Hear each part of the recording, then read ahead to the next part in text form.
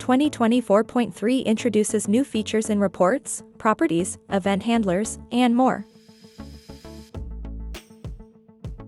Our first feature is a brand new object in reports, deferred grading. Now, you can report on items that are outstanding to gain a better picture of all assigned record items that have not yet been graded. Tired of typing out a new URL every time you want to switch between the web portal and TMS Web?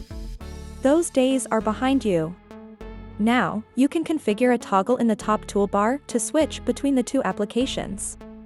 To allow more flexibility when populating file event handler action properties, we implemented a new placeholder that allows you to reference server preference values. This placeholder, for example, could be used to create file paths that don't need to be updated from environment to environment, like after a test to production migration.